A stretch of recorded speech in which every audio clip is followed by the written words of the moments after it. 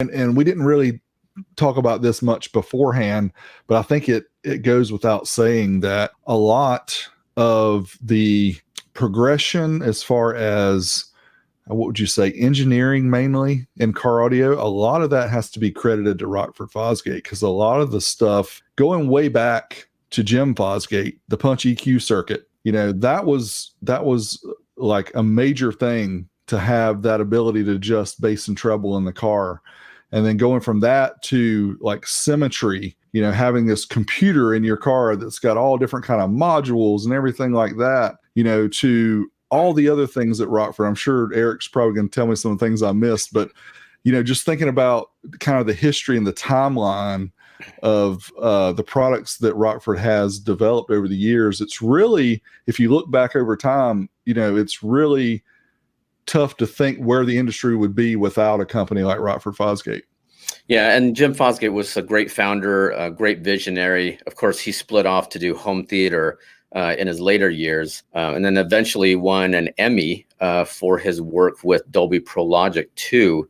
So that was quite the epiphany, literally, that he had with that circuit. But you were talking about Wayne Harris and Symmetry and Jim Fosgate. What's interesting is the punch EQ. A lot of people don't know. They think it's just a bass knob. Punch EQ, Jim Fosgate took the problem of the acoustic environment of an automobile, and he measured the frequency response. And he realized there's two similarities in whatever type of vehicle that I seem to be driving. There seems to be low bass roll-off, and at the high end, there's like a shelving effect where the material in the vehicle actually diminishes the high frequency range. So he built the punch EQ 45 hertz, 0 dB to 18 dB on the low end to help fill in for the low end. And then he built a hinge filter, which was about 1 kilohertz on up to 18 kilohertz. And it basically was literally a hinge. So they worked really different. One was a boost, and then the other one was a hinge filter, but that helped bring back the missing pieces of the audio. So that way you could have full sound. And of course, Jim went on further to develop more Fosgate Audionics components, and he did the Fosgate Gavotte. And that was actually his work with trying to develop a true surround sound processor.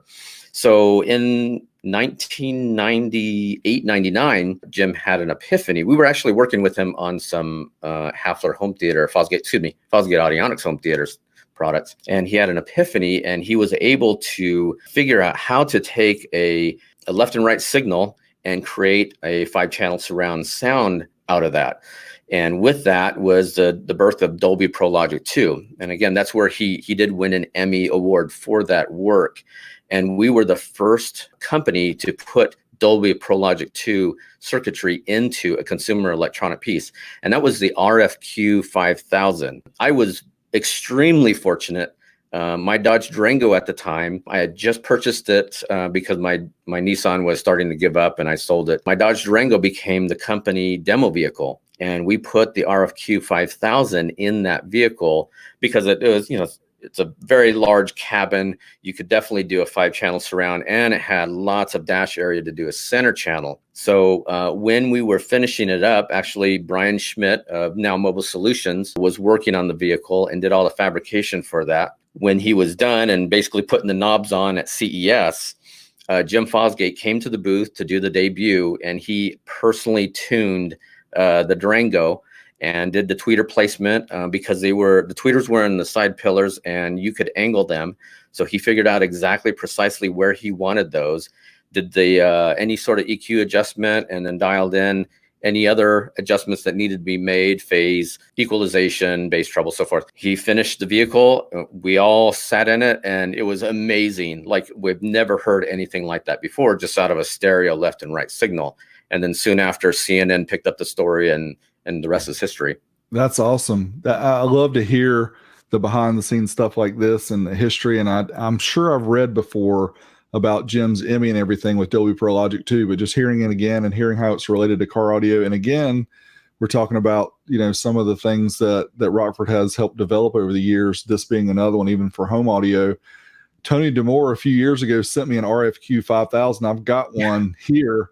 So that's cool. I'm gonna have to play with that and maybe make that a future video, because a lot of the equipment like that, and you've probably seen, Eric, the MP3 changer that I got recently that's got the little SD cards or MMC cards. You know, sometimes you take a chance and maybe it's not the best idea, but hey, you don't know unless you take the chance, right? Sometimes it works out, sometimes it doesn't. But that's the kind of things you have to do. You have to be willing to take the risk. Yeah. And I think you guys have proven over the years that, you know, you've had a lot of hits. You've had a few maybe not so good, but most of them have been hits. So that's what's awesome too.